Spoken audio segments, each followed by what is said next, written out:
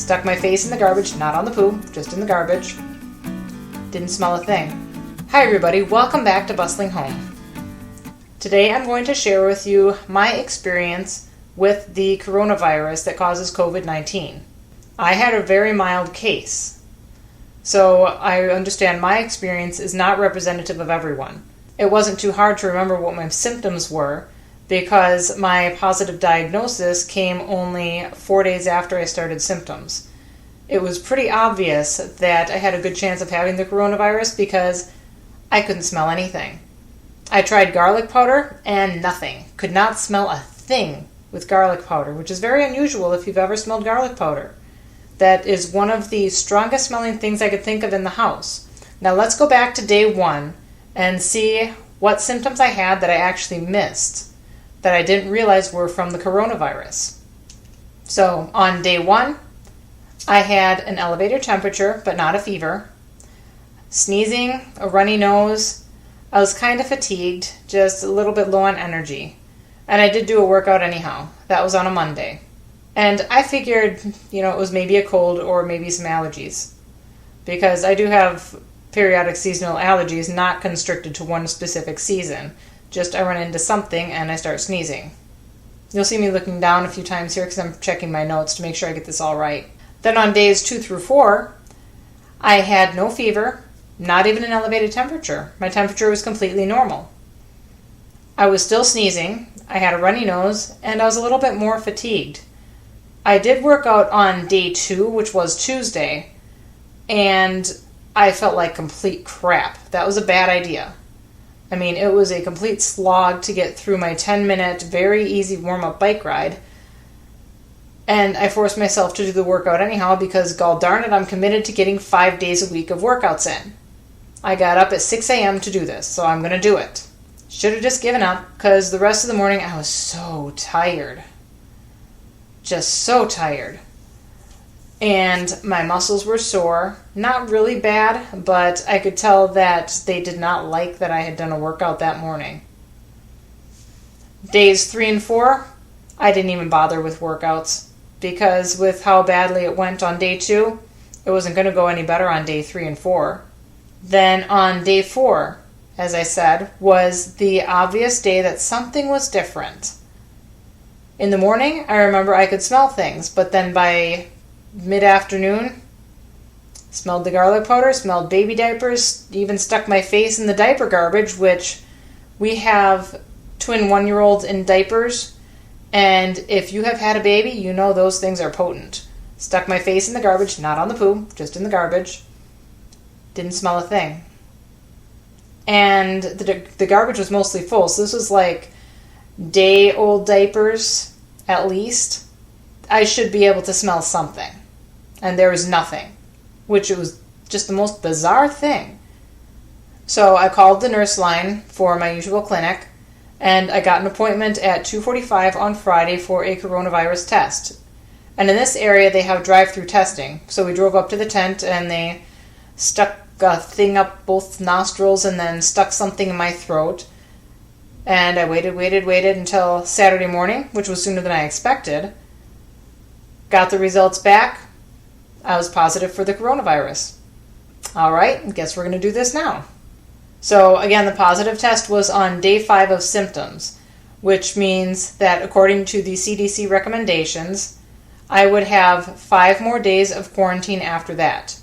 However, for my household, it was going to be quarantined for a little bit longer because they were exposed to me, and my husband was just starting to get a few symptoms, so he still had to be quarantined too.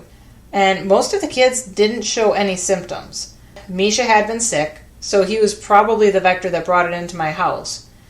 And I had told Jeff the entire time that if we wore masks, Misha and Gabe are under 2 years old. They can't wear masks. If we have to go out anywhere like get groceries with them, they're going to be the vectors because they're under 2 years old. They are dirty little beasts. That's just how toddlers are. And lo and behold, it was the little guy that brought it in. He showed some symptoms. And then Maggie had an elevated temperature sometime during that week before my diagnosis, and Gabe had a slightly elevated temperature. Gabe is the other 1-year-old during that week also. Ginny, Rory, and Liam never showed any symptoms. But I cannot imagine that there's any way they escaped contracting this virus. Because if you have little kids, they're all over you. They get into everything. I suspect everybody in the house had it that week in pretty quick succession.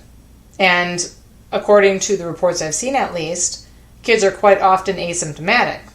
So I think that's what happened with most of our kids, is they just didn't have any symptoms. And especially since my symptoms and Jeff's symptoms were very mild, it's maybe more likely that our kids would be asymptomatic. I don't know. Maybe we got a milder strain of the coronavirus. So yay for us. Back to the COVID schedule. On days 3 through 6, I could feel some very obvious sinus swelling. And I still had kind of a runny nose for part of that. But I could tell that most of the pressure in my face was not from congestion. Now, I've had sinus infections before, and this kind of felt like a sinus infection because I just had pressure on my face and pressure behind my eyes, and it hurt all the way down into my jaw. But I didn't have the burning in my sinuses that I have with a sinus infection. These symptoms were the worst on day 5. On days 7 through 9, I started to feel better, which I thought was kind of strange because according to the reports I'd seen in the media, even mild cases were like a 7 to 10 day cold. And I don't feel better from colds that quickly. Usually I still have like congestion and runny nose and just kind of feel run down for, again, 7 to 10 days. And this wasn't that. My sinus swelling had noticeably lessened. I didn't feel like I just had something pushing my teeth out and pushing my cheeks out and my eyes were going to pop out of my head. I was still somewhat fatigued, so I still kind of was a lazy parent and sat around and let the kids watch a little bit of TV, gave them cereal for breakfast instead of something hot, that sort of thing. But the strange thing was, once the swelling went away, I could breathe just fine. But in the morning when I got up, it felt like I was breathing with wasabi in my mouth. If you've ever had sushi or anything with wasabi, you take a breath and it just burns. It wasn't the burning of a sinus infection, like if you're breathing chlorine. At this point, I tried to reboot workouts. So I got on the stationary bike to test out my warm-up, and it was just incredibly tiring riding for 10 minutes, even slowly and with very little resistance.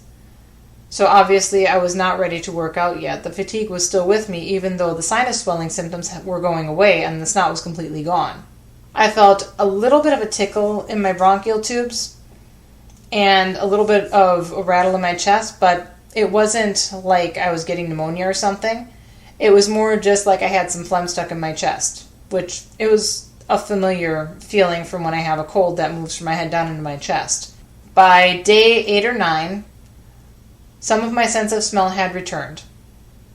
So I only lost my sense of smell for about 4 days total. And I could smell the garlic powder a little bit, but it would still be a few days until I could smell even baby diapers, which I'm glad that I have 6 kids so that the older kids can tell me when a baby has a dirty diaper when I can't smell it, because I couldn't tell when I needed to change diapers. You might think it's really great to not be able to smell baby poo, but it can be kind of a problem because you don't know when the kid's pooing themselves, and the first time you find out might be when it squishes out the sides onto your leg. Yep, that happens. On day 10, I finally felt like I could do a workout again. I got on the bike in the morning, and instead of feeling drained of energy and having my sinuses just burn, I felt like it woke me up and gave me a little more energy so that I could get into a real workout. However, I still had a little bit of a rattle in my chest, and with reports about the coronavirus going from mild cold symptoms into pneumonia and respiratory problems, I wasn't going to chance it and start into a heavy workout even though I felt like I could do it. Days 11 through 14, I probably could have done a workout even though I was still tired. Now, during these days, I'm not sure if I was tired from the coronavirus or if it was just from not getting enough sleep, because I don't get enough sleep. I could still feel a little bit of a tickle and some rattling in my chest, but It wasn't affecting my breathing, it was just annoying. My sense of smell continued to improve as well, but I could still tell that it hadn't completely returned. The day that I'm filming this, which is Halloween actually, is day 20 since my first day of symptoms, and at this point, I'm fully recovered, I feel. I did 4 workouts this week. I did skip Friday for a different reason, which was completely unrelated to coronavirus. I'll probably share that with you a little bit later, we'll see. What I found strange about my experience with the coronavirus is that the virus itself wasn't the biggest problem in my life at that point. It was being quarantined, and it was the interruption to my routine and being afraid that it was going to turn into something worse than it was. Just before I started having symptoms of the coronavirus and then tested positive, I had started morning workouts, so I was getting up at 6 a.m. instead of like 7:30 a.m., going down to the basement and working out for about an hour. And I had done that for about 2 weeks, so I was finally starting to get used to getting up that early, and it wasn't such a struggle to get out of bed. Then, of course, the coronavirus shows up, and I'm too tired to do pretty much anything for a little bit in the mornings. Alongside my new workout schedule, I had gotten on a pretty good routine of when I was going to do work for making videos and editing, and we had gotten on a pretty good routine for childcare too. But with the quarantine, I had no childcare help, at least 3 weeks. That's a long time if you have 6 small kids by yourself all day, because Jeff didn't get sick enough that he missed work at all, and even if he was sick enough to miss work, he certainly wouldn't be well enough to help with the kids. So I didn't have my one evening a week that I could work, and I didn't have my one daytime during the week that I could work. And I was also a little bit more tired from the virus itself, so getting up early or staying up late was not really as much of an option. Not to mention, with all of the reports about the coronavirus and how bad it can get, I wasn't going to take any chances that I push myself too hard and really do get sick, because I can't afford that. So during that time, I have been with the kids from the time they get up until the time they go to bed, besides nap time in the middle of the day, which sometimes is all too short. And I also have to keep up with dishes. I have to keep up with laundry. I have to keep the house clean and sanitary. And that's not even like the sanitizing for COVID to make sure nobody gets it in the house, because sanitizing surfaces in the house is not going to save us from each other. I mean, really. 5-year-olds, 3-year-olds, and 1-year-olds. Do you think they're going to stay far enough away from me to not get sick? Sanitizing the surfaces is completely irrelevant. I didn't bother. This is just basic things like cleaning up a puddle of pee on the floor if my kids have an accident, or washing pans and washing the stove so that we're not just burning stuff all over to everything. Just really basic things. So I could not stop living my normal life, and I didn't have to, luckily. But that means that I didn't have time to work on videos. I didn't have time to work on anything else. I didn't have the energy to do anything extra around the house, really. I couldn't go out to the stores, so I couldn't do our regular grocery shopping. I just had to do a pickup with whatever I could manage with that. Thankfully, the Walmart app worked that week. I couldn't have childcare here to take some of the burden off of me, because nobody else we knew had coronavirus and nobody was going to be nuts enough to enter our house. So that was really the biggest impact. It wasn't even the virus itself. It was the quarantine and not having help and not being able to do things that physically I would have been fine doing them. So that was my experience with the coronavirus. Not nearly as dramatic as you might think based on the media reports. I've also found that there is a certain amount of relief in knowing that we have had it. Because, again, with the media reports, there is a lot of fear surrounding this virus. Because if you get it, it doesn't matter your age, it doesn't matter your risk factors, you don't know how you're going to react to it.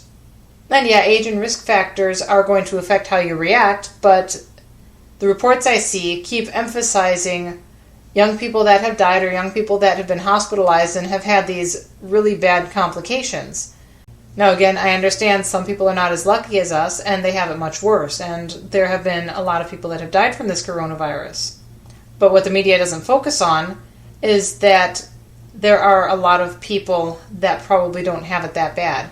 And I suspect, based on my experience, that there are probably a lot of missed cases that people don't even realize they have it. They might not be asymptomatic, But had I not lost my sense of smell, I would have had no idea that I had the coronavirus.